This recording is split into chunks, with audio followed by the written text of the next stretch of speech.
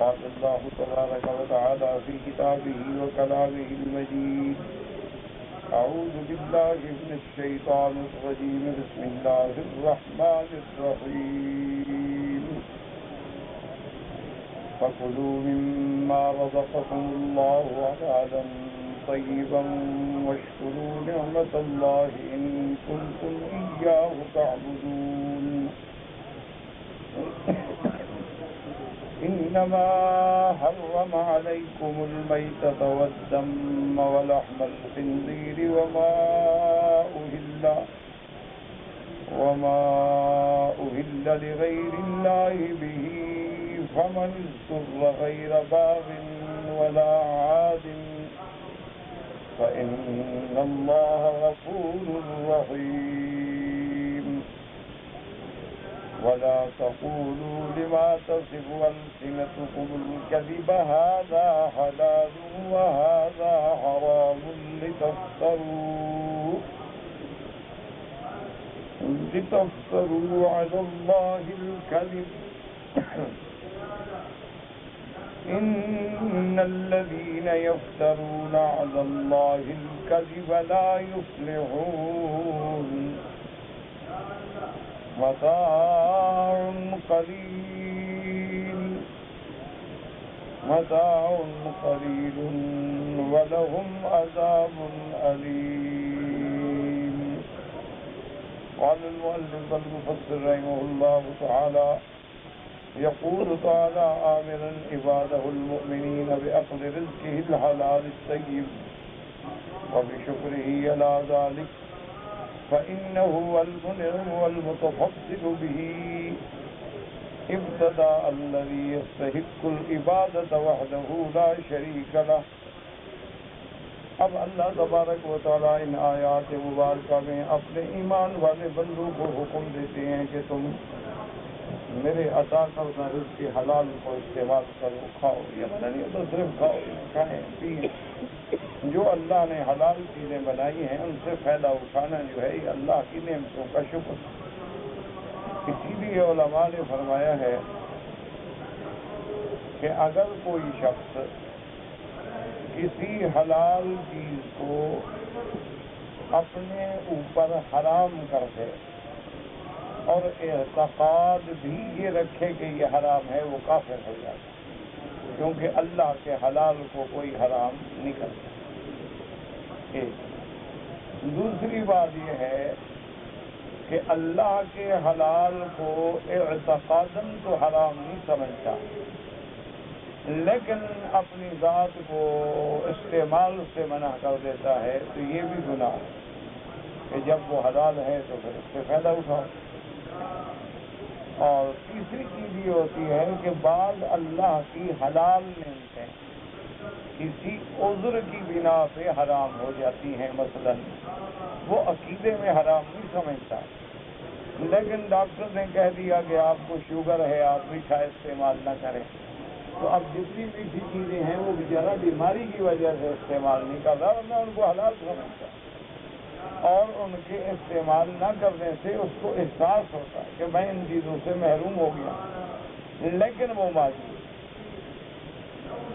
اسی لیے علماء فرماتے ہیں کہ جو اولیاء کرام یا صوفیاء اعظام جو صحیح معنوں میں متبع کتاب و سنت ہے، وہ بھی کبھی کبھی اپنے مریدوں کو کہتے ہیں نا کہ بھئی یہ تم ترک جمالی کرو، ترک جلالی کرو، تو وہ کہتے ہیں کہ وہ بھی اسی نوع سے ہوتا ہے، یعنی وہ اللہ کے حلال کو حرام نہیں سمجھتے، نہ ہی وہ اللہ کے حلال سے اس کو منع کرتے ہیں، بلکہ اس کی اصلاح احوال کے لیے جیسے جسمانی ڈاکٹر بعض چیزیں کھانے سے منع کر دیتے ہیں، شوگر والوں کو میٹھے سے منع کر دیتے ہیں، اور جس کی فیٹ یا چربی اندر زیادہ ہو تو اس کو چکنائی والی چیزوں سے منع کر دیتے ہیں، یا جس کا وزن زیادہ ہو جائے تو اس کو بھی روٹ چپاتی سے اور چینی سے اور چاول سے چکنائی سے منع کر دیتے ہیں. تو مقصد علاج ہوتا ہے. اسی طرح ان اللہ والوں کا بھی مقصد علاج ہوتا ہے کہ بھی اتنا عرصہ جو ہے تم بس صرف جو کی روٹی کھاؤ بس، تاکہ یہ گوشت سے اور باقی لذات سے اور شہوانیات سے اور لحمیات سے اور روغنیات سے دور ہو جائے، تاکہ اس کے ذہن کی اور باطن کی اصلاح ہو جائے۔ ورنہ نعوذ باللہ وہ حرام نہیں سمجھتے، ورنہ حرام سمجھنے سے تو آدمی کافر ہو جاتا۔ اور دوسری اسی لیے آپ دیکھیں کہ عیسائیت میں، مسیحیت میں اور یہودیت میں ایک بیماری تھی جو انہوں نے خود اپنے ذمے لگائی، جس کا قرآن پاک نے ذکر فرمایا ہے، رہبانیہ۔ تو رہبانیت کا معنی کیا ہوتا تھا کہ ہم لذت والی چیزیں استعمال نہیں کریں گے، اور ہم شادی نہیں کریں گے، گوشت نہیں کھائیں گے، گھی نہیں کھائیں گے، مکھن نہیں کھائیں گے، ہم مکانوں میں نہیں رہیں گے، اچھے بستر پہ نہیں سوئیں گے، پہاڑوں میں جائیں گے، غاروں میں رہیں گے، اور مٹی پہ اور پتھروں پہ زندگی گزاریں گے۔ تو یہ رہبانیت ہے، اس کی اسلام اجازت نہیں ہے۔ اسلام ایک بڑا جامع دین ہے، لا رہبانیت فی الاسلام۔ اسلام اپنے ماننے والوں سے یہ تقاضا کرتا ہے کہ جو اللہ کی نعمتیں حلال ہیں ان سے فائدہ اٹھاؤ، اور جو حرام ہیں ان سے بچ جاؤ۔ اگر اللہ نے تمہیں مال دیا، دولت دی ہے، تو اس کا اثر بھی تمہارے اوپر نظر آئے۔ اچھا لباس پہنو، اچھی غذا کھاؤ، حلال کھاؤ۔ بس صرف اسلام ایک پابندی لگاتا ہے کہ حرام سے بچو، حرام کے قریب نہ جاؤ، اور حلال سے جیسے تم متبتع ہو سکتے ہو متبتع ہو۔ حتیٰ کہ آپ اندازہ فرمائیں کہ ایک دفعہ میرے آقا نے، محبوب دو عالم نے، سیدنا محمد رسول اللہ صلی اللہ علیہ وسلم نے فرمایا، وفی البضع صدقۃ۔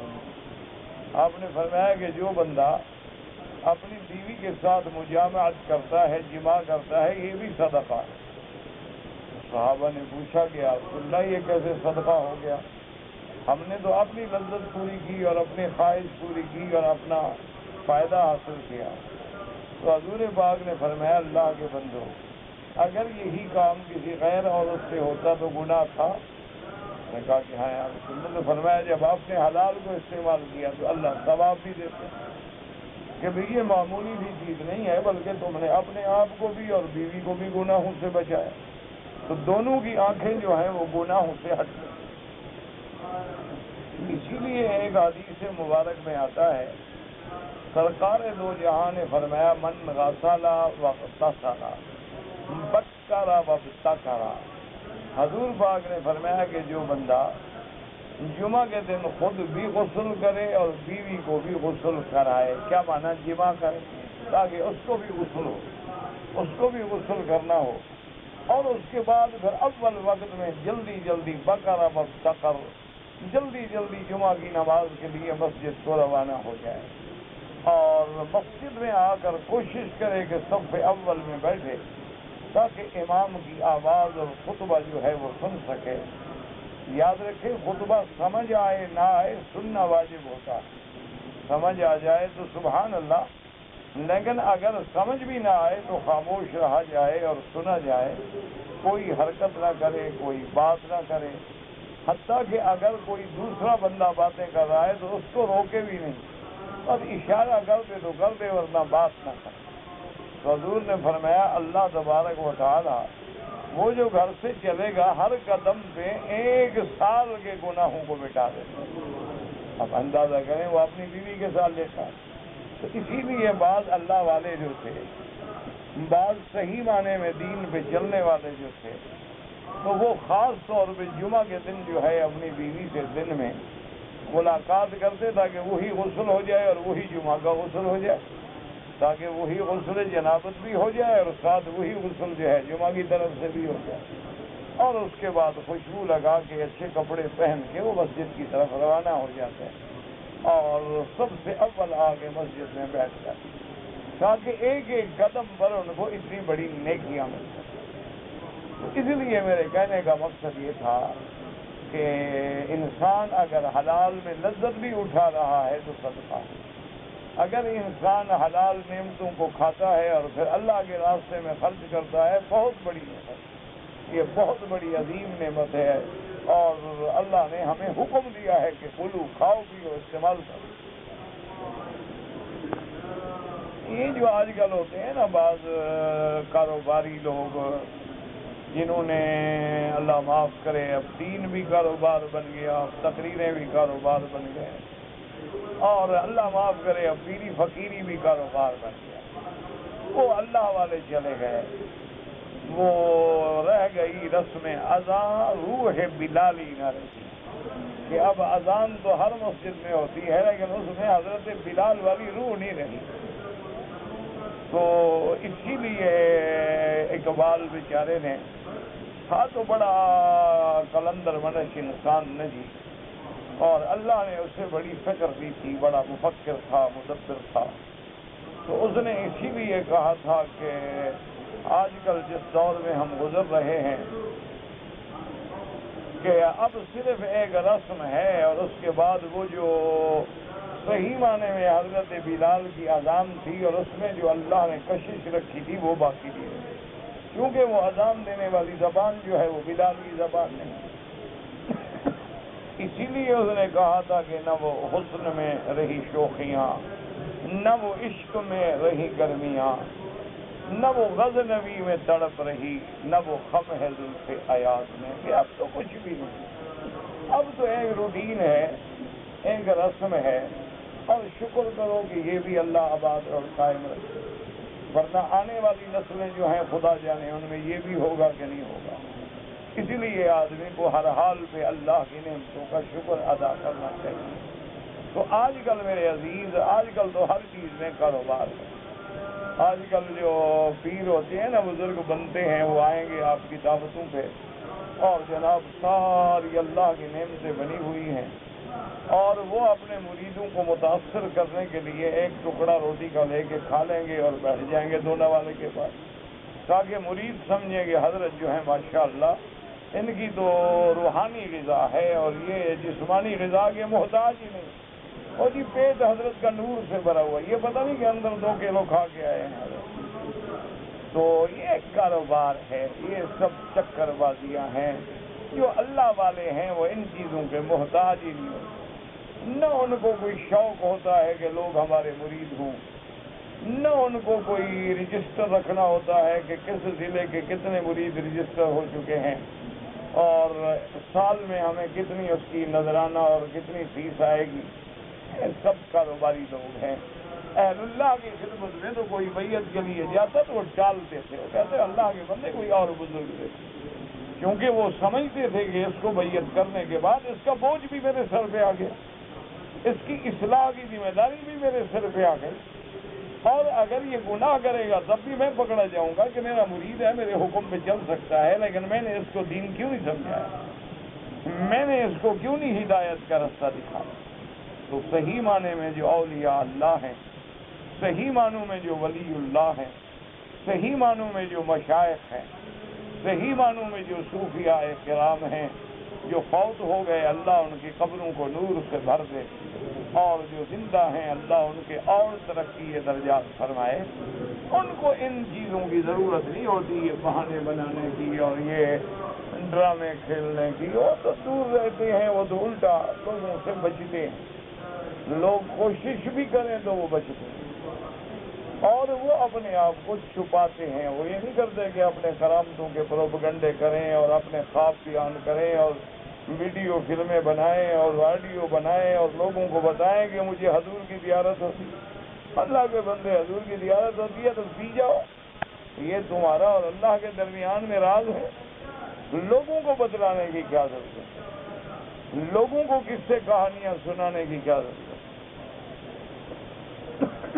اہل اللہ تو کبھی ایسی باتوں کا ذکر ہی نہیں کرتے، یعنی ان کی زبان پہ کبھی بھولے سے بات آ جائے تو فوراً تعویل کر دیتے کہ اللہ تبارک و تعالیٰ جو ہے ایک بزرگ کے بارے میں لکھا ہے، بلکہ میرے والد صاحب نے خود سنایا رحمت اللہ علیہ نے کہ ایک شیخ تھے، بہت بڑے مجاہد تھے، عالم تھے، مواحد تھے، ساری زندگی اللہ کے ذکر میں، اللہ کے فکر میں گزر گئی، تو ایک دن شام کو اپنے مریدوں کے ساتھ اپنے لنگر کے جو گائیں اور بکریاں تھیں ان کے گھاس کاٹنے کے لیے شام کو لے جاتے، اور مرید بھی جاتے، حضرت بھی جاتے اور گھاس کاٹ کے لے آتے۔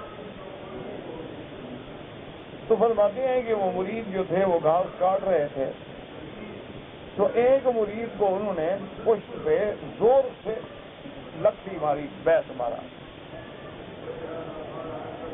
اور بڑا سختی سے ڈانٹا۔ اب ہم سب حیران ہو گئے، ابھی ایک آدمی بیچارہ گھاس کاٹ رہا ہے، وہ خدمت کر رہا ہے اور کوئی بات ہی نہیں ہوئی، کوئی اس کی زبان سے لفظ ہی نہیں نکلا۔ تو یہ حضرت بڑے عجیب ہے کہ بھئی انہوں نے اس بیچارے کو اتنی زور سے بیت مارا ہے۔ تو بعد میں پوچھا گیا تو انہوں نے فرمایا اصل بات یہ تھی کہ وہ جب گھاس کاٹتا تھا نا تو اللہ تبارک و تعالیٰ نے اس کو آنکھیں تو دے دی ہیں نا، اور ہر چیز اللہ کا ذکر کرتی ہے، تو وہ ہاتھ روک رہا تھا کہ ذکر کرنے والی چیزوں کو کیسے کاٹوں۔ تو اس لیے میں نے مارا تھا کہ تمہیں شرم نہیں آتی، لوگوں کو بزرگی دکھاتے ہو اپنی، کہ میں اس مقام پہ پہنچ گیا ہوں کہ مجھے ان کا ذکر سنائی دیتا ہے۔ اگر اللہ نے کوئی ایسا مقام دیا ہے تو چھپاؤ، حکم ہے گھاس سے کاٹو، بس ہم نے شریعت کا حکم پورا کرنا ہے، ورنہ ہم بھی جانتے ہیں وَإِن مِّن شَيْءٍ إِلَّا يُسَبِّحُ بِحَمْدِهِ، اللہ کی مخلوق میں کوئی ایسی چیز نہیں جو اللہ کی تسبیح نہ کر رہی، چاہے وہ تسبیح حالی ہو یا تسبیح کالی، ہر چیز جو ہے وہ تسبیح میں، ہر چیز کی اپنی ایک تسبیح ہے، تحمید ہے۔ اللہ تبارک و تعالیٰ کی ذات سے وہ دلالت کرتی ہے۔ اللہ نے حکم دیا بھی شکار حلال ہے، بس حلال، اللہ نے حکم دیا ہے شکار کر کے کھا سکتے ہو، کھا سکتے ہو۔ اب ہم دیکھنے کھڑے ہو جائیں کہ جی یہ ہرنی کا بڑی خوبصورت ہے اور یہ ہے اور یہ ہرن ایسا ہے اور یہ جناب مرغ ایسا ہے، جب شریعت کا حکم ہے۔ سیدنا اسماعیل علیہ السلام بھی شکار فرماتے۔ تو جس چیزوں کا ہمیں اللہ نے حکم دیا ہے اس میں اپنی بزرگیوں کا ظاہر کرنا جو ہے، اللہ والے تو ان کو برا سمجھتے کہ بھئی یہ کیا تم لوگوں کو دکھا رہے ہو کہ میں بھی بزرگ ہوں اور مجھے بھی کرامات کا اظہار ہوتا ہے۔ اگر اللہ کوئی ایسی نعمت عطا فرمائے تو اس کو چھپا جاؤ۔ اسی لیے حضرت خواجہ غلام فرید رحمۃ اللہ علیہ نے اپنی سرائے کی زبان میں ایک لفظ لکھا تھا، ایک کلام لکھا تھا اور بڑا عجیب کلام تھا۔ وہ کہتے ہیں کہ تونے جو دریا نوش ہن، پرجوش تھی خاموش ہن، اسرار سے سر پوش ہن، کہ چاہے دریا پیا ہوا ہے انہوں نے لیکن خاموش ہیں، کسی کو پتہ ہی نہیں لگا۔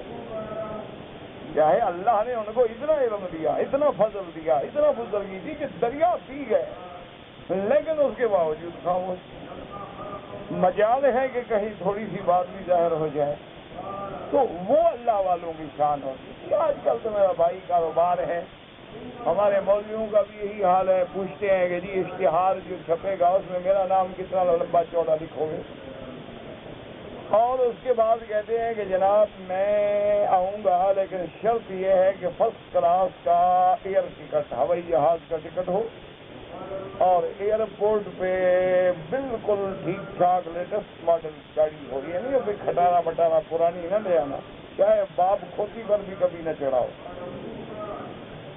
کیا چھوڑو، یہ کیا تقریریں ہیں یا کیا خطابتیں ہیں یا کیا مولویت ہے، یہ سب تماشا ہے۔ اور جناب بستر ایسے ہو، اور مولوی ابا کہتا مینو دیتے ہیں کہ ہمارے لیے سوپ اتنا ہو اور وہ بٹیرے کا ہو اور مرغ کا ہو اور پتہ نہیں کس بلا کا ہو، اور اس کے بعد کھانا جو ہے وہ اس طرح ہوگا، اور چائنیز ڈشز ہو جائیں تو اچھا ہے، ان میں ذرا مسالہ وغیرہ کم ڈالا جائے گا، ایسے تماشے بنا دی۔ اور تقریر کے بعد پھر پوچھتے آج میری کیسے تقریر ہوگی، لعنت ہے ایسی تقریر کرنے کا، کیسے تقریر ہوئی؟ تم نے اللہ کے لیے کی ہے یا لوگوں کو دکھانے کے لیے؟ اگر لوگوں کو سنانے کے لیے کیا، دھیلے کا فائدہ بھی نہیں ہے بلکہ شرک ہو گیا۔ اللہ کے نبی نے فرمایا ریا ہے، ریا، اور ریا کیا ہے؟ فرمایا شرک اصغر ہے۔ تم نے تقریر کی ہے، ایسی ہوئی یا کیسی ہوئی یا ویسی ہوئی یا وہ جانے، اگر اللہ نے اس کو کسی کے دل پہ ہدایت کا ذریعہ بنا دیا شکر کرو، ورنہ بک بک کر کے اٹھ گئے تم السلام علیکم ورحمۃ اللہ وبرکاتہ فی امان اللہ۔ اصل تو اس کی مرضی ہے کہ وہ اثر ڈال دے، وہ ہدایت پیدا کر دے، وہ تمہارے لیے دلوں میں محبت پیدا کر دے، یہ اللہ کے ہاتھ میں ہے۔ صحیح حدیث ہے میرے مدنی کی، میرے محبوب کی حدیث ہے، محبوب دو عالم کی سیدنا محمد رسول اللہ فرمایا، اللہ جب اپنے کسی بندے کو محبوب رکھتے ہیں تو دریا کی مچھلیوں کو بھی حکم دے دیتے ہیں میرے بندے کے لیے دعا کرو۔ دریا کی مچھلیاں بھی اس سے محبت کرتی ہیں اور پرندے بھی محبت کرتے ہیں۔ اسی لیے ہے کہ جب سیدنا داؤد علیہ السلام آپ جب زبور کی تلاوت کرتے تھے اور مناجات پڑھتے تھے تو سابقہ کتب میں موجود ہے کہ اڑتے ہوئے پرندے ٹھہر جاتے تھے سننے کے لیے۔ اسی لیے مزامیر داؤد کی آواز جو ہے وہ ضرب المثل بن گئی دنیا میں، کہ اللہ نے ان کی آواز میں ایسا درد دیا تھا۔ قرآن خود کہتا ہے کہ ہم نے حکم دیا پہاڑوں کو میرے داؤد کے ساتھ ذکر کرو، اللہ نے حکم دیا پرندوں کو۔ تو یہ مقام ہوتے ہیں، یہ انبیاء کے وارث ہوتے ہیں، یہ اولیاء اللہ ہوتے ہیں، اور اپنے آپ کو وہ مٹاتے ہیں، اپنے آپ کو وہ چھپاتے ہیں، وہ اپنے آپ کو ظاہر نہیں کرتے۔ یہ جو آج کل ہوتا ہے نا، سب دکانداری ہے، ان کے قریب ہی نہ جایا کرو، جو پہلے ایمان ہے نا وہ بھی چلا جائے گا۔ ان سے زیادہ بہتر ہے کہ دور رہو، قرآن لے کے پڑھنے بیٹھ جاؤ، بس کسی پیر شیر کی ضرورت نہیں۔ اللہ کا کعبہ سامنے ہے اور اللہ کا قرآن موجود ہے۔ قرآن سب سے بڑا معجزہ ہے محمد الرسول اللہ، اور کعبۃ اللہ جو ہے وہ ھدی للعالمین ہے، میرا مدنی جو ہے وہ رحمت للعالمین ہے۔ اللہ کا قرآن جو ہے وہ ھدی و رحمہ ہے اور شفا ہے اور موعظہ ہے۔ جتنا تمہیں آدھا گھنٹہ ملے، 10 منٹ ملے، کوئی پیر شیر نہیں رہے دنیا میں اب، اگر ہوں گے تو وہ چھپے ہوئے ہیں، ان کا ہمیں پتہ نہیں۔ یہ جو ظاہر بین لوگ ہیں نا، ان سے دور رہو، بس قرآن کی تلاوت کرو، اسی میں اللہ تیرے مدارج کو کر دیں، اسی میں انشاءاللہ تیری ترقی ہو جائے گی۔ اگر قرآن سمجھ آ جائے تو سبحان اللہ، سمجھ نہ آئے تلاوت کرتے رہو، بس دیکھتے رہو، بس پڑھتے رہو، کیونکہ قرآن کا پڑھنا ایسے ہے جیسے کوئی اللہ سے باتیں کر رہا ہو، کیونکہ قرآن کس کا کلام ہے؟ اللہ کا۔ جب اللہ کا کلام پڑھو تو کیا مانا کس سے کلام کر رہے ہو؟ تو جب پیر کے کلام سے مرتبے بلند ہو جاتے ہیں تو اللہ کے کلام سے بلند نہیں ہوتے۔ آج کل اگر ہدایت چاہتے ہو، آج کل اگر ہدایت ڈھونڈتے ہو تو خدا کے لیے ان پیروں سے اور مولویوں سے اور ان مداریوں سے بچو۔ مسجدوں، مندروں، گرجاؤں، کلیساؤں میں نور ایمان کے اجالے میں اندھیرے دیکھے، مولوی پادری پنڈتوں کے حسین روپوں میں ظالموں، جابروں، صفات، لٹیرے دیکھے۔ یا رب تیری دنیا کو بہت غور سے دیکھا ہے، اس لیے آپ ان چیزوں سے بچیں، اور بالکل ایک بڑی نعمت ہے قرآن، اس سے بڑی نعمت کوئی نہیں دنیا میں یاد۔ اور اسی طرح اللہ کا ذکر، وضو ہے نہیں ہے، بیٹھے ہو، کاروبار میں ہو، دکان میں ہو، فیکٹری میں ہو، گاڑی میں ہو، ڈرائیور ڈرائیو پہ ہو، بیوی بچے، اللہ کا ذکر کرتے رہو، سبحان اللہ، الحمدللہ، لا الہ الا اللہ، لا الہ الا اللہ محمد الرسول اللہ۔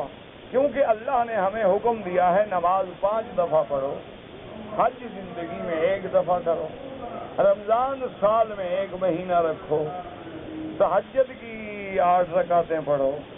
لیکن جہاں ذکر کا حکم آیا فرمایا یا ایھا الذین آمنوا اذکروا اللہ ذکرا کثیرا، میرا ذکر بہت کرو، بہت کرو، جس کی حد ہی کوئی، بس اللہ کے ذکر میں آ جاؤ۔ اور ذکر کے لیے یہ نہ سوچا کرو جی مجھے وضو نہیں ہے، یہ شیطانی خیال ہوتا ہے کہ جی وضو نہیں ہے اور کیسے اللہ کا نام لو، یہ 2 کلو روٹی کھا جاتے ہو بغیر وضو کے، اللہ کے نام لینے سے کیا ہو جائے گا؟ کھانے کے لیے بھی کبھی وضو کرنے گئے ہو؟ وہاں تو کبھی شیطان نے خیال نہیں ڈالا کہ پہلے وضو کر لو، کھانا شریف کھانا ہے، اور اس کے بعد جناب کم از کم ہاتھ دھو لو، کم از کم بھی نا وہ خیال نہیں ہو، ذکر وہ بابا درود پڑھے بے وضو، مانا ہوتا ہے کہ یہ محروم ہو جائے گا۔ بے وضو قرآن پڑھنا یاد ہے تو جائز ہے، تو پھر درود پڑھنا کیسے جائز ہے؟ اللہ کا ذکر جائز ہے، اللہ تبارک و تعالیٰ کا ذکر جائز، زبان سے ذکر کرتے رہو، جو تمہیں آتا ہے وہ کرتے رہو، کوئی پابندی نہیں کہ فلانا ذکر کرو، یہ کھڑا ذکر ہے، یہ بیٹھا ذکر ہے، یہ جمالی ذکر ہے، یہ جلالی ذکر ہے، یہ گلابی ذکر ہے، یہ نورانی ذکر ہے، اور فلاں روشنی کا تصور کرو اور فلاں روشنی، سارا فراڈ ہے، الف سے لے کر یہ تک 101% دھوکہ ہے۔ اگر یہ روشنیاں اور یہ چیزیں ہوتی تو سب سے پہلے بتانے والا محمد مصطفیٰ صلی اللہ علیہ آلہ واصحابہ وسلم، کہ جو فلسفیوں سے حل نہ ہوا، جو نکتہ وروں سے کھل نہ سکا، بتلا دیا کملی والوں نے اپنے چند اشاروں میں۔ اگر یہ باتیں ہوتی تو سب سے پہلے میرا محبوب کھول کے بیان کرتے، سب سے پہلے ابو بکر، عمر، عثمان و علی کو سبق دیتے، سب سے پہلے بی بی فاطمہ الزہرا، رقیہ، ام کلثوم، زینب کو سبق دیتے۔ یہ سارے قصے ہیں، کہانیاں ہیں، اصل بات اللہ کی یاد ہے۔ اور اللہ نعمتیں نے بالکل کھاؤ پیو، لیکن صرف ایک خیال رکھو، حلال۔ کپڑوں میں اللہ نے فرمایا مرد ریشم نہ پہنے، سونا نہ پہنے، باقی جو مرضی ہے پہن، کوئی پابندی نہیں، اللہ نے دیا ہے پہنو۔ صرف خالص ریشم نہ پہنو اور سونا نہ پہنو۔ عورت کے لیے سونا بھی جائز، ریشم بھی جائز۔ وہ صرف وہ کپڑا نہ پہنے جو اس کے بدن کی عریانی کا ذریعہ بنے، یعنی باریک نہ پہنے۔ رب کاسیات عاریات، میرے پاک نبی نے فرمایا تھا ایک وقت آئے گا بہت عورتیں میری امت کی ہوں گی، بظاہر تو کپڑے پہنے ہوئے ہوں گی لیکن ہوں گی عریاں، یعنی اتنا باریک کپڑے ہوں گے کہ پنڈلیاں نظر آ رہی ہیں، بدن نظر آ رہا ہے۔ ایسے کپڑے والوں پہ اللہ نے لعنت کی۔ ایسا لباس پہن کے جو عورتیں طواف کرتی ہیں نا جی ماشاءاللہ، لون کے سوٹ پہن کے، وہ طواف کا ثواب لے کے نہیں جاتی، وہ کروڑوں لعنتیں لے کے اللہ کے کعبے سے نکلتی، جن کے چہرے کھلے ہوئے ہیں، بال کھلے ہوئے ہیں، بدن نظر آ رہا ہے، اور بھی ہر پانی کر کے اوپر زمزم ڈال دیں تو سبحان اللہ، پھر فوٹو کھینچنے کی ضرورت ہی نہیں، سارا کپڑے بدن سے چپک جاتے ہیں اور وہ بالکل تصویر نظر آ جاتی ہے۔ کپڑا ڈھونڈنا پڑتا ہے کہ کپڑا کہاں ہے اور عورت کہاں ہے۔ انا للہ و انا الیہ راجعون۔ ان لوگوں پہ میرے محبوب نے، محمد مصطفیٰ نے لعنت کی۔ تمہارے نزدیک وہ معزز ہوں گی، لیکن حضور کی نظر میں ایسی عورتیں ملعونہ ہیں، لعنتی ہیں۔ جو عورت کسی غیر سے شیک ہینڈ کرے، جو عورت کسی غیر کے ساتھ بیٹھ کے ٹیبل پہ کھانے کھائے، جو عورت کسی غیر کے ساتھ بیٹھ کے گپے مارے، اللہ کے نبی نے فرمایا ایسی عورت سے لعنت ہے۔ اب حضور کی زبان میں وہ ملعونہ ہے اور تمہاری زبان میں معززہ ہے، اور وہ جناب ایلیٹ کلاس کی عورت ہے اور سوشل عورت ہے، یعنی جس کے جتنا زیادہ غیر مردوں سے تعلقات اتنی سوشل ہوتی ہے۔ انا للہ و انا الیہ راجعون۔ تو اس لیے ہمیشہ یاد رکھیں، اسلام یہ کہتا ہے کھانے پینے میں کیا ہے بھائی، خنزیر حرام، کھانے پینے میں کیا ہے جی، سکر حرام، نشے والی چیز حرام، الکحل حرام، مخدرات حرام۔ اسی طرح اللہ تبارک و تعالیٰ نے چرایا ہوا مال حرام، لوٹا ہوا مال حرام، غیروں کا مال حرام، غصب کیا ہوا مال حرام، یہ ساری ان سے بچ جاؤ۔ وَكُلُوا مِمَّا رَزَقَكُمُ اللَّهُ، اللہ کا جو حلال ہے وہ کھاؤ۔ یا ایھا الناس کلوا من طیبات ما رزقناکم، اللہ نے فرمایا یا ایھا الرسل کلوا من طیبات، اے میرے پیغمبر جو میں نے حلال کیا ہے کھاؤ، استعمال۔ اب دیکھو اللہ نے فرمایا زنا حرام ہے، نکاح حلال ہے۔ اگر تمہیں اللہ نے طاقت دی ہے، دولت دی ہے، صحت دی ہے، جوانی دی ہے، تم دوسری شادی کر دو۔ اگر اس کے بعد بھی تمہاری خواہشات پر پورا کنٹرول نہیں ہو رہا، تیسری شادی کر لو۔ اگر اس کے باوجود بھی نہیں ہو رہا، چوتھی شادی کر لو۔ اللہ نے حلال پہ بھی پابندی لگائی، اللہ تبارک و تعالیٰ نے حرام پہ پابندی لگائی، اور اس کے بعد ہر نعمت کے بعد اللہ کا شکر کرو۔ اور اللہ کا شکر یہ نہیں ہوتا کہ زبان سے کہہ دو اللہ تیرا لاکھ لاکھ شکر ہے۔ وہ تو چور بھی کہتے ہیں ڈاکہ کامیاب ہو گیا نا، وہ بھی کہتے ہیں اللہ تیرا لاکھ لاکھ شکر ہے آج رات ضائع نہیں گئی۔ بلکہ جتنے بڑے ڈاکو ہوتے ہیں نا، پہلے وہ پیروں کی مزار پہ جا کے منت مانتے ہیں کہ حضرت پیر سائیں بس آپ کی مزار پہ چادر بھی چڑھاؤں گا اور دیگیں بھی چڑھاؤں گا، بس دعا کرو میرا ڈاکہ کامیاب ہو جائے۔ اب پیر یہ کام کرتے ہیں نا ماشاءاللہ۔ انا للہ و انا الیہ راجعون۔ جو آدمی یہ عقیدہ رکھے کہ اللہ کا ولی میرے حرام میں مدد کرے گا، وہ تو کافر ہو اللہ کا ولی مانا اللہ کا دوست، جو اللہ کا دوست ہو اللہ کے فرمان کے بغیر کیسے چلے گا؟ وہ تو اللہ کا دوست ہے، وہ تو اللہ کا فرما بردار ہے۔ الا ان اولیاء اللہ لا خوف علیہم ولا هم یحزنون۔ تو اس لیے ہمیشہ شکر کا معنی سمجھو، شکر کا معنی یہ ہے کہ جو نعمت ہے وہ اللہ کے حکم کے استعمال، اس کے حکم کے مطابق ہو، یہ شکر۔ اللہ نے ہمیں آنکھیں دی ہیں کس لیے کہ ڈش پہ بیٹھ کے بلیو پرنٹ دیکھو، ایک کعبہ دیکھو، قرآن دیکھو، تو اب یہ دیکھ رہے ہو تو شکر ہے، اور وہ دیکھ رہے ہو تو کفر۔ اللہ نے ہمیں طاقت دی ہے، حلال میں لگے تو شکر ہے، حرام میں لگے تو کفر ہے۔ اس لیے فرمایا وَكُلُوا مِمَّا رَزَقَكُمُ اللَّهُ، اللہ نے حکم دیا ہے اپنے بندوں کو حلال کھاؤ، پاکیزہ رزق کھاؤ۔ وَيَشْكُرُهُ عَلَىٰ ذَلِكَ، اللہ کا شکر کرو، کیوں؟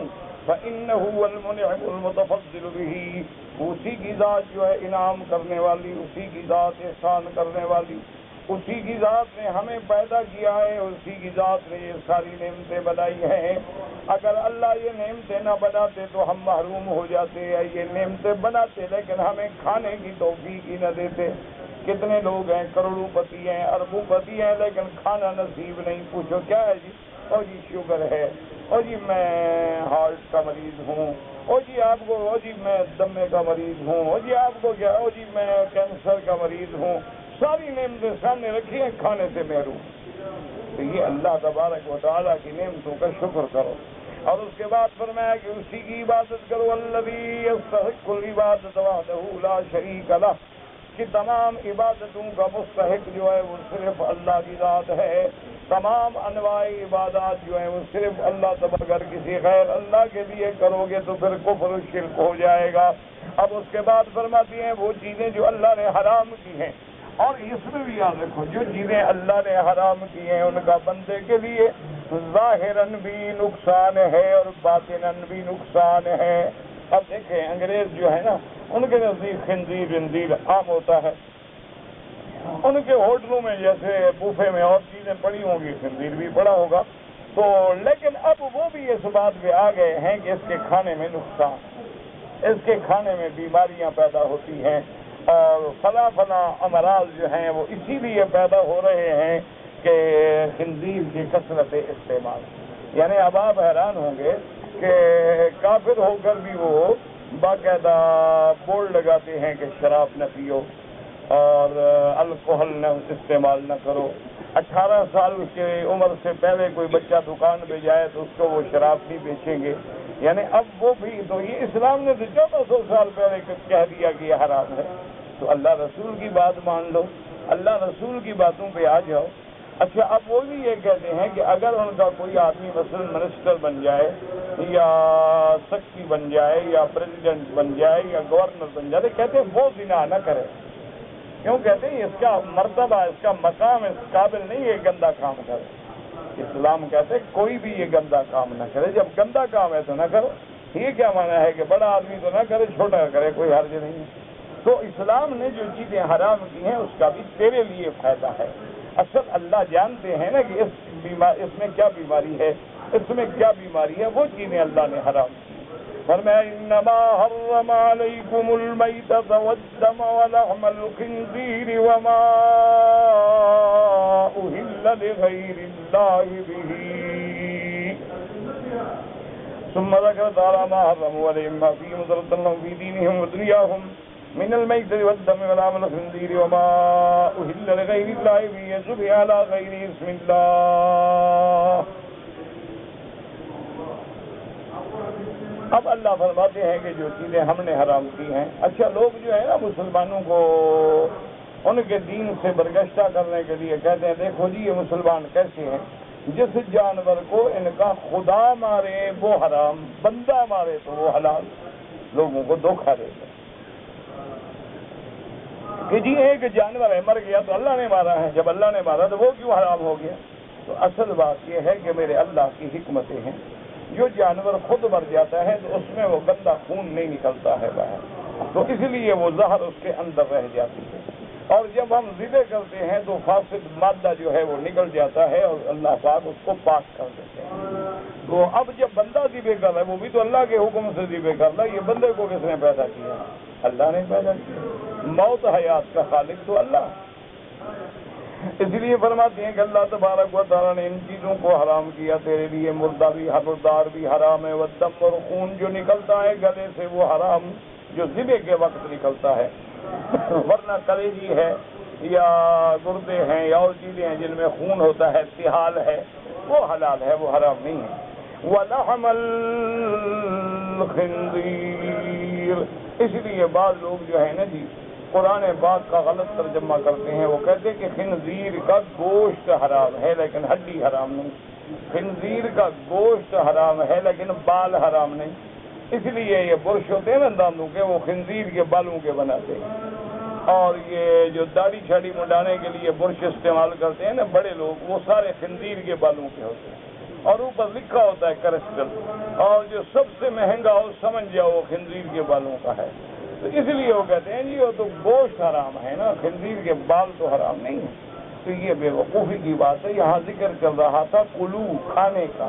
تو کھانے میں گوشت آتا ہے، ہڈی تو کوئی نہیں کھاتا، بال تو کوئی نہیں کھاتا. تو اسی ضمن میں لحم الخنزیر کا ذکر آیا. ورنہ خنزیر کی ہر چیز حرام ہے اور وہ نجس العین ہے.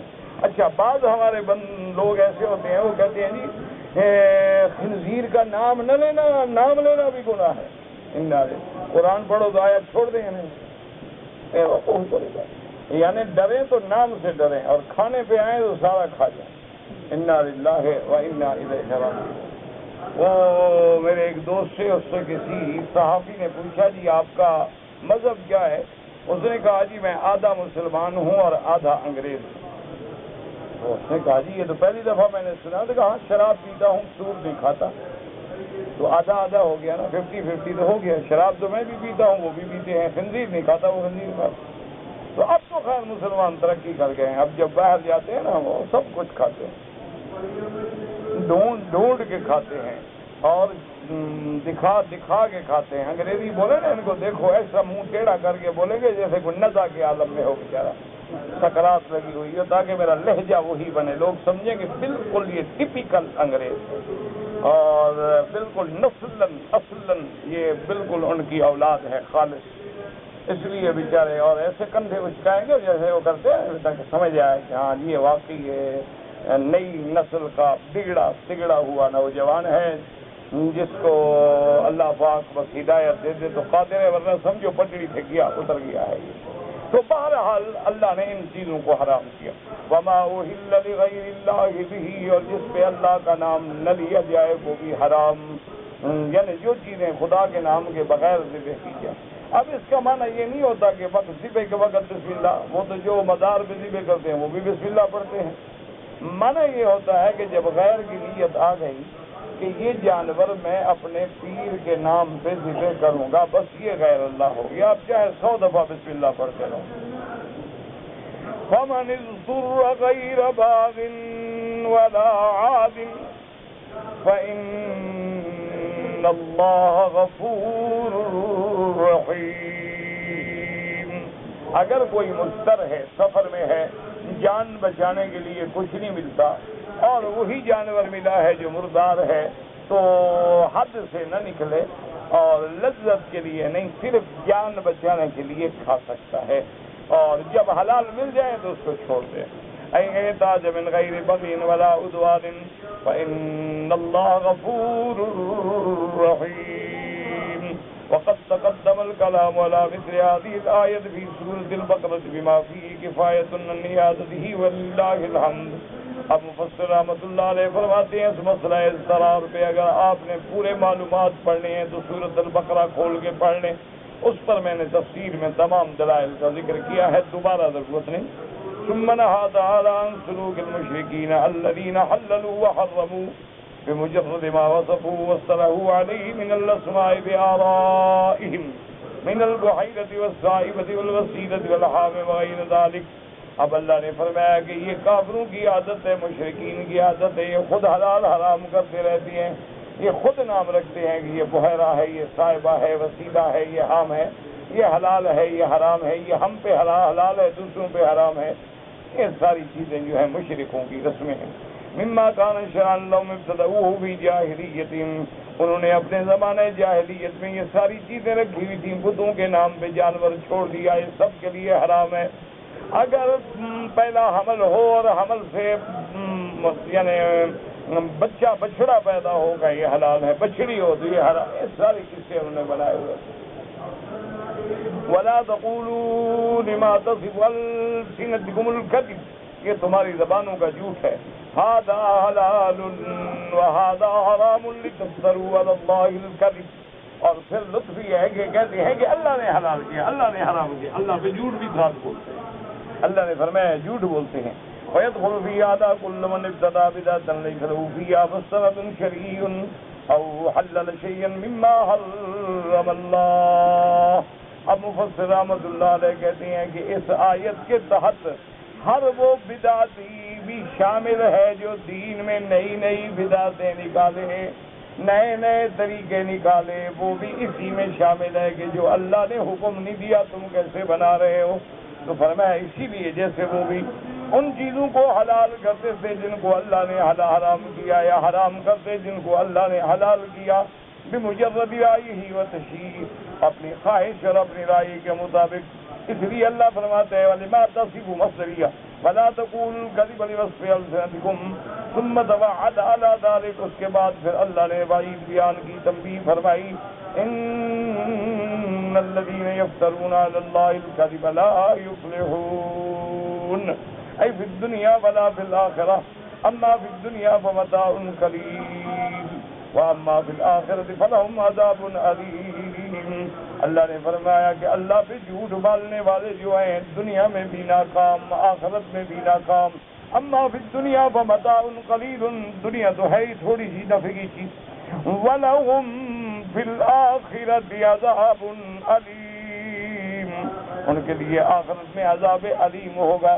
کما قال تعالی نمتعهم قلیلا ثم نضطرهم الى عذاب غلیظ، اللہ نے فرمایا ہم دنیا کی زندگانی میں ان کو نفع اٹھانے دیتے ہیں لیکن اس کے بعد ان کو بڑے سخت عذاب میں لے جائیں گے، جیسے فرمایا ان الذین یفترون علی اللہ الکذب لا یفلحون، جو لوگ اللہ پہ جھوٹ بولتے ہیں کبھی کامیاب نہیں ہوتے۔ متاع فی الدنیا، یہ دنیا کی زندگانی ہے، ثم الینا مرجعہم، پھر انہوں نے ہماری طرف لوٹ کے آنا ہے، ثم نذیقہم العذاب الشدید بما کانوا یکفرون، اس کے بعد پھر ہم ان کو عذاب سخت چکھائیں گے بس سبب اس کے جو انہوں نے کفر کیا ہے۔ یہ تو چند روزہ زندگانی ہے، چند روزہ حیات مستعار ہے، اس دنیا کی زندگانی کے لیے آدمی اپنی آخرت کو برباد کر لیتے، یہ بہت بڑی تباہی ہے۔ اللہ تبارک و تعالی سے دعا کریں اللہ ہر مصیبت سے، ہر بیماری سے، ہر فتنے سے محفوظ رکھے، اور اللہ سب کا ہر کلمے پڑھنے والے کا خاتمہ ایمان پہ فرمائے۔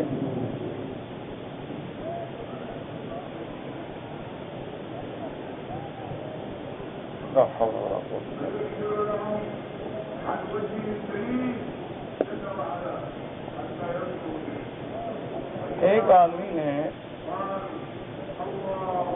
عمرہ مکمل کرنے کے بعد جدہ گیا، جدے سے مدینہ منورہ گیا، ایک دن ٹھہرا، پھر مدینے سے واپس مکہ آیا لیکن احرام نہیں باندھا۔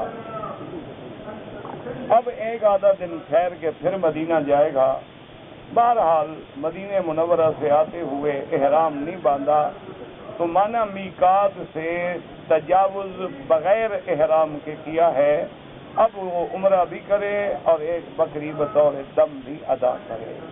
یہ نہیں ہے کہ جب تم چاہو باندھ لو اور جب چاہو نہ باندھو۔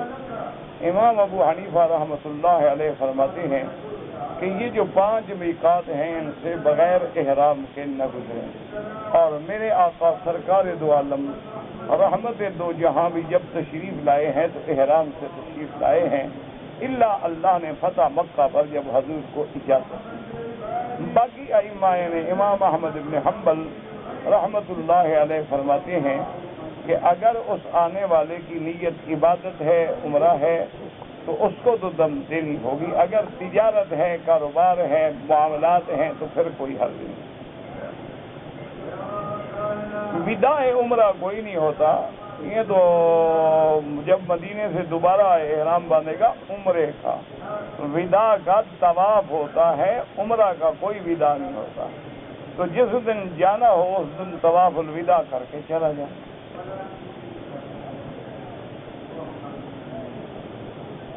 اگر ایک عورت ہے مدینہ منورہ گئی ہے اور مدینہ منورہ پہنچنے کے بعد اس کو حیض آ گیا، اگر وہ حیض اسی طرح ہے اور اس نے مکے آنا ہے تو میقات پہ آ کے غسل کرے۔ یہ غسل پاکی کے لیے نہیں ہوگا، ویسے صفائی کے لیے ہوگا۔ اس کے بعد نماز نہ پڑھے اور نیت کر لے لبیک بے عمرۃ لبیک اللہم لبیک لبیک لا شریک لک لبیک، وہ پڑھتی رہے اور عمرے میں رہے، خوشبو استعمال نہ کرے، ناخن نہ کاٹے، بلا وجہ کنگھی پٹی نہ کرے، اپنے مکان پہ بیٹھی رہے۔ جب پاک ہو جائے تو سادہ پانی سے غسل کر کے اپنا عمرہ پورا کرے، طواف کرے، صفا مروہ دوڑے، بال کٹائے۔ یعنی حیض کی حالت میں عورت احرام کی نیت کر سکتی ہے، اس کے لیے کوئی پابندی نہیں کہ حیض تھا میں نے نیت نہیں کی۔ حیض میں نیت کر سکتی ہے، صرف نماز نہیں پڑھے گی لیکن لبیک پڑھے، اللہ کا ذکر کرے، سب جائز ہے۔ ایک آدمی نے اپنی بیوی کو طلاق دینے کے بعد سلو ہو گئی، 3 سال کے بعد جھگڑا ہوا تو اس نے پھر 2 طلاقیں دے دی، پکا کام ہو گیا، 3 پوری ہو گئی۔ اب فقہ حنفی میں اس کے لیے کوئی رستہ نہیں، اللہ نے ہر بندے کو 3 طلاقوں کا اختیار دیا ہے۔ اگر ایک دے چکا ہے تو باقی 2 رہ گئے، اگر 2 دے چکا ہے تو باقی 1 رہ گئی، جب بھی دے گا وہ 3 ہو جائیں۔ تو اور جب 3 طلاقیں ہو جائیں تو اب وہ عورت اس پہ حلال ہی نہیں ہے، حتیٰ کہ عدت گزرنے کے بعد وہ اپنے منشے سے کہیں شادی کرے اور پھر وہاں سے اتفاقاً طلاق ہو جائے۔ یہ جو کرائے کی شادی ہوتی ہے نا، یہ حرام ہے۔ یہ بعض لوگوں نے ایک رواج بنایا ہوا ہے کہ آ جاتے ہیں اور کہتے ہیں جی وہ ہم نے حلالہ کرانا ہے، تو 1 رات کے لیے شادی کر لے اور صبح کو طلاق دے دے۔ ایسے لوگوں پہ حضور نے لعنت بھیجی، لعن اللہ المحلل والمحلل لہ۔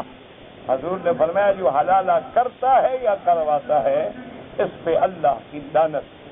یہ کیا ہے؟ یہ کوئی بکرا رکھا ہوا ہے تم نے، کوئی بھینسا رکھا ہوا ہے حلال کرنے کے لیے؟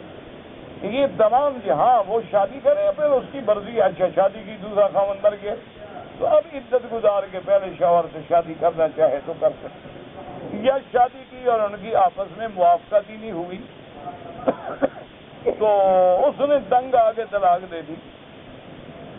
بہرحال جی اللہ اسے دعا کرو، اللہ اسی لیے تو طلاق کو اللہ نے منع کیا ہے نا کہ طلاق نہ دیا کرو۔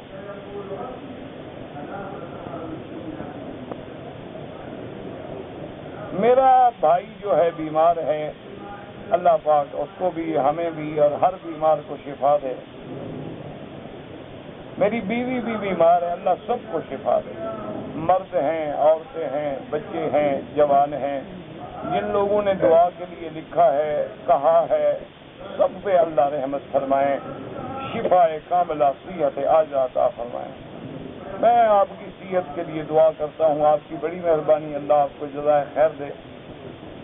یہ آپ لوگوں کی محبت ہے اور دعا ہے کہ بس اللہ پاک کام لے رہے ہیں اور دعا کیا کریں۔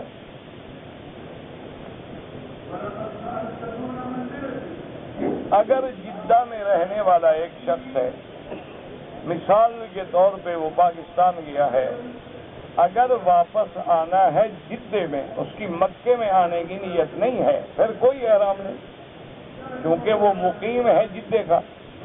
اب جہاں جائے، پاکستان جائے، مدینہ منورہ جائے اور ملک میں جائے، واپس جدے کی نیت ہے تو کوئی احرام نہیں۔ احرام تب ہوتا ہے جب میقات سے آنے والا سیدھا مکے کی نیت ہے۔ اب مثلاً آپ کراچی سے آ رہے ہیں لیکن آپ کی نیت ہے کہ ہم طائف جائیں گے اور آپ جدے میں کار میں بیٹھے اور کار والا مکے کے اندر سے گزر گیا، تب بھی کوئی دم نہیں چوئی، آپ کی نیت ہی نہیں مکے میں آنے کی، آپ کی تو نیت طائف جانے کی۔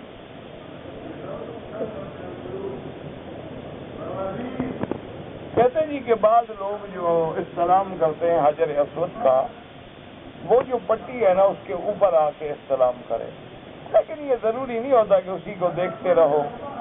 جیسے بہت سارے جاہل لوگ وہاں نماز پڑھنے شروع کر دیتے ہیں، اللہ کے بندے یہ تو پتھر ایک علامت ہے، نشان لگایا گیا، ابھی لگا 4 سال پہلے، یہ پتہ نہیں یہ کہیں ہمارا ملک کے جو لوگ ہیں نا ان کو کوئی لکیر نظر آ جائے پھر سجدہ تو انہوں نے کرنا ہی کرنا ہے۔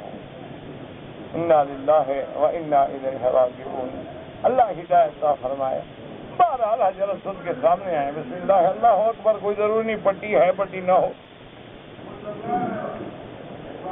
اگر احرام کی حالت میں کوئی بندہ عمرہ کرنے کے بعد، طواف اور صفا کرنے کے بعد اپنے سر پہ خود اس طرح پھیر دے، سیفٹی پھیر دے، بالکل جائز ہے۔ اگر 2 ساتھی ہیں اور دونوں عمرے سے فارغ ہو گئے، ایک دوسرے کی سر پہ اس طرح پھیر دیں، بالکل جائز ہے، کوئی منع نہیں۔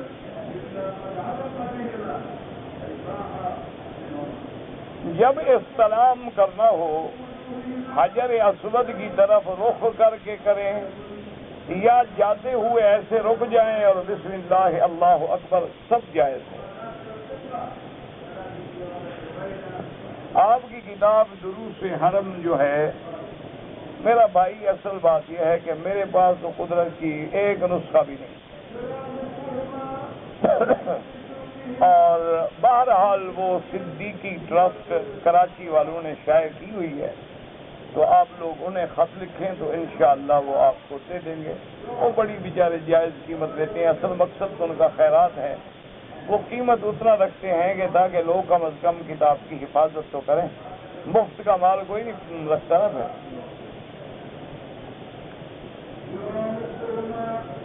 اگر ایک آدمی کے دانتوں میں کوئی کھانے کے ذرات بچ گئے، نماز پڑھتے پڑھتے نکال لیا، کچھ نہیں ہوتا، لیکن ہمیشہ تو یہ نہ کرو نا، کلی کیا کرو، منہ صاف کیا کرو، دانتوں میں ایسی چیزیں نہ بچیں۔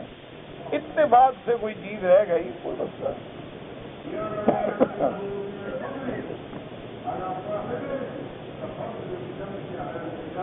ہمارے ابا نے 2 شادیاں کی ہیں، تو ایک شادی جو کی ہے اس بیوی کو تو بڑا اچھا سمجھتا ہے، اور پہلی بیوی کو اچھا نہیں سمجھتا، وہ پرانی ہو گئی نا بیچاری، تو اب اس بیچارے کو نئی بیوی سے لطف اندوز ہونے دو غریب کو۔ یہ پتہ قیامت میں لگے گا انشاءاللہ۔ حدیث مبارک میں ہے کہ جس کی 2 بیویاں ہوں اور عدل نہ کرے، اللہ میدان حشر میں اس کو فالج زدہ اٹھائیں گے، یعنی ایک حصے پہ فالج گرا ہوا ہوگا، تاکہ لوگوں کو پتہ لگے کہ یہ ظالم ہے، اس نے 2 بیویوں کے درمیان میں عدل نہیں کیا۔ تو بہرحال آپ والد کو ادب سے نصیحت کرتے رہیں، باقی اللہ کے ہاتھ میں ہے۔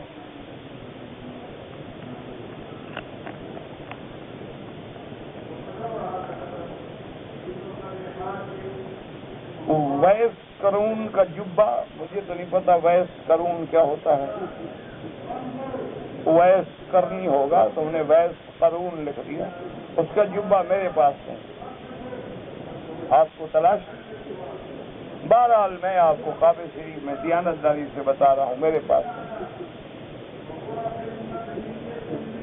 یہ کعبے کے بعد بھی ابھی جبے ڈھونڈ رہے ہو، خدا ہدایت، کیونکہ جبہ کبا ان کے دماغ میں ہے، خدا تو ہے ہی نہیں، یا جبے کا فکر ہے یا کبے کا فکر ہے۔ انا للہ و انا الیہ۔ ہاروت ماروت کون تھے؟ وہ میرے رشتے دار تھے، قرآن میں موجود ہے، ببابل ہاروت اور ماروت، پڑھ لو گے۔ کوئی کہتے ہیں فرشتے تھے، کوئی کہتے ہیں فرشتے نہیں، اس دور کے شہزادے تھے، جادو کی وجہ سے گمراہ ہو گئے۔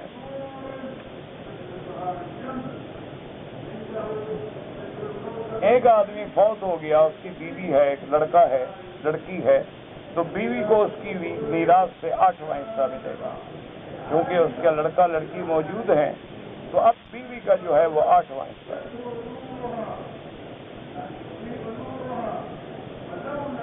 اگر ایک آدمی نے پیشاب کیا اور اس نے ٹیشو پیپر سے اچھی طرح اپنے بدن کو صاف کیا خشک کیا لیکن استنجا پانی سے نہیں کیا، کوئی بات نہیں، جائز ہے، پانی سے کرے تو افضل ہے، لیکن پانی نہ ملے تو کوئی بات نہیں۔ میں اپنے ملک سے شعبان میں آیا اور پھر میں نے شعبان میں عمرہ کیا، اس کے بعد کوئی عمرہ نہیں کیا۔ پھر میں نے اسی سال حج کیا اور حج مفرد کی نیت کی۔ ٹھیک ہے، بالکل ٹھیک ہے، آپ نے ٹھیک کیا۔ حج افراد میں بکری واجب نہیں ہوتی، واجب نہیں ہوتی، کرو تو الحمدللہ، نہیں کیا تو کوئی حرج نہیں۔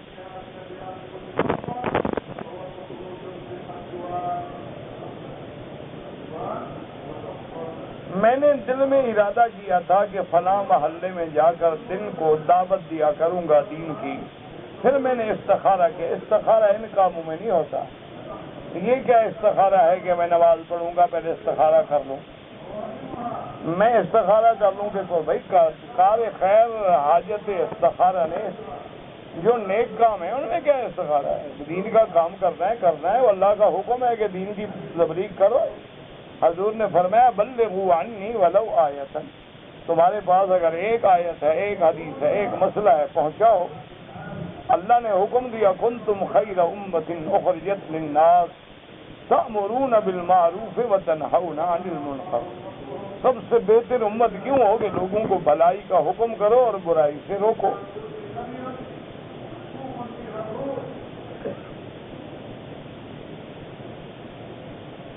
جی کہ جمعرات جو گزر گئی ہے وہ پاکستان کا یوم آزادی تھا، لوگ ایک دوسروں کو مبارک دیتے، اچھی بات ہے، خوشی کی بات ہے، لیکن دعا کرو اللہ ملک میں قرآن و سنت کا قانون نافذ کرے، اللہ کفر سے آزادی دے، اللہ تبارک و تعالی اپنے نبی پاک سے صحیح تعلق نصیب کرے، اور اللہ تمام اسلامی ملکوں میں امن قائم فرمائے۔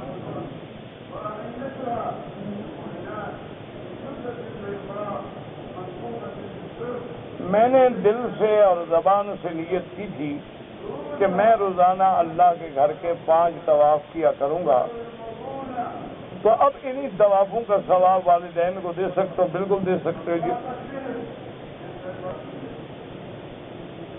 ایک آدمی نے عمرہ کیا ہوا ہے، اس کو ماں نے حکم دیا کہ میری طرف سے حج بدل کرو، ابھی اس بندے نے اپنا حج نہیں کیا۔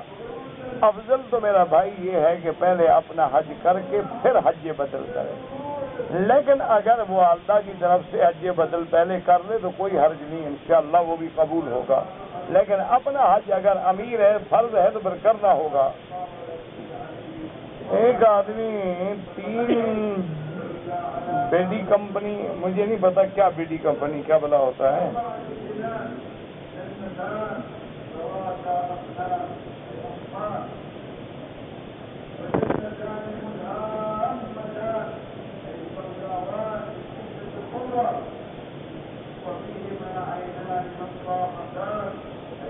کہتے جی کہ میں نے احرام تو ایئرپورٹ پہ باندھ لیا، نیت اور تلبیہ جو ہے لبیک وہ میں نے جہاز میں پڑھا، لیکن پھر مجھے یاد آیا کہ میں نے وہ چپل نہیں پہنا ہوا، دوسرا جوتا پہنا ہوا۔ کچھ نہیں ہوتا دوسرا جوتے پہننے سے، کچھ بھی نہیں ہوتا، کوئی شریعت میں ضروری نہیں کہ چپل پہنو،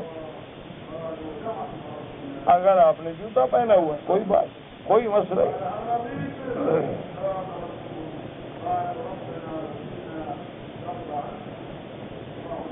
میں اگر والد کے لیے عمرہ کروں، جیسے اپنا عمرہ کیا اسی طرح کرو، اور نیت یہ ہو کہ یا اللہ اس عمرے کا ثواب جو ہے وہ میرے والد کو عطا فرما، بس تم نیت کرو گے اللہ عطا فرمائیں گے۔ ہمارے ایک ساتھی پہ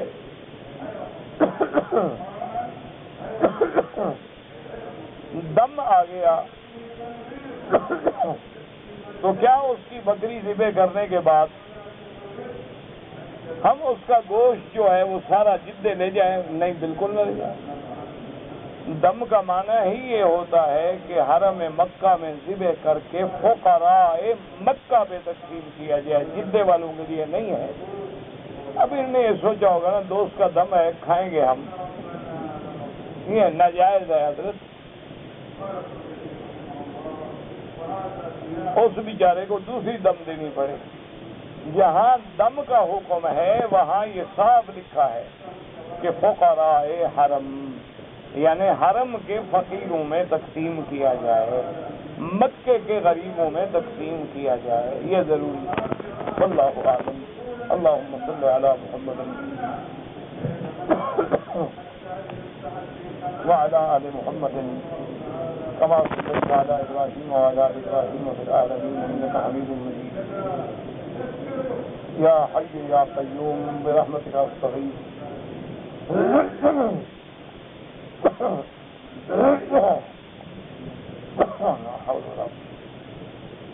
يا حي يا قيوم يا ذا الجلال والإكرام. يا حي يا قيوم يا ذا الجلال والإكرام. يا حي يا قيوم يا ذا الجلال والإكرام. اللهم استرنا بسترك الجليل. اللهم اشفنا واشف مرضانا ومرضى المسلمين.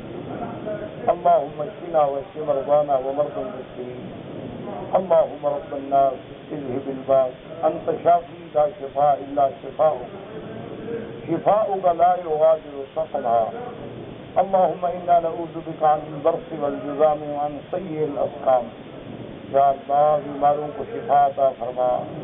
یا اللہ بیماروں کو شفا عطا فرما. یا اللہ ہماری ظاہری باطنی روحانی نفسانی بیماریاں دور فرما. یا اللہ بے دینوں کو دین عطا فرما. بے اولادوں کو اولاد عطا فرما. جن کی اولادیں ہیں ان کو صالح بنا، قرۃ عین بنا. بے روزگاروں کو روزگار عطا فرما. جن بچیوں کے رشتے نہیں ہوئے اللہ ان کے رشتے آسان فرما. اللہ ان کے مستقبل روشن فرما.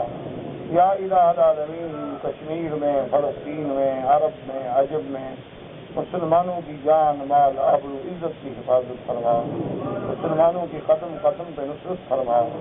یا اللہ اپنے دشمنوں پر اپنی طرف سے قہر نازل فرما. یا اللہ ہم عاجز ہیں، ہم بے سہارا ہیں، بے وسیلہ ہیں، ہمیں تو مانگنا بھی نہیں آتا، بغیر مانگے عطا فرما.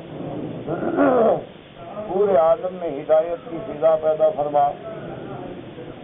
حضور کی امت کے ہر بندے کو دین کا داعی اور دین کا سپاہی بنا. ربنا تقبل منا انك انت السميع العليم وتب علينا انك انت التواب الرحيم. یا الہ العالمین جن دوستوں نے دعاؤں کے لیے لکھا ہے ان کی حاجتیں پوری فرما، ان کی آرزویں پوری فرما، ان کی خواہشات پوری فرما. ربنا لا تزغ قلوبنا بعد إذ هديتنا وهب لنا من لدنك رحمة إنك أنت الوهاب. ربنا اغفر لنا ذنوبنا وكفر عنا سيئاتنا وتوفنا مع الأبرار. يا حي يا قيوم برحمتك نستغيث. يا حي يا قيوم برحمتك نستغيث. يا حي يا قيوم برحمتك نستغيث. وصلى الله تعالى على خير خلقه سيدنا محمد وآله وصحبه أجمعين برحمتك يا أرحم الراحمين.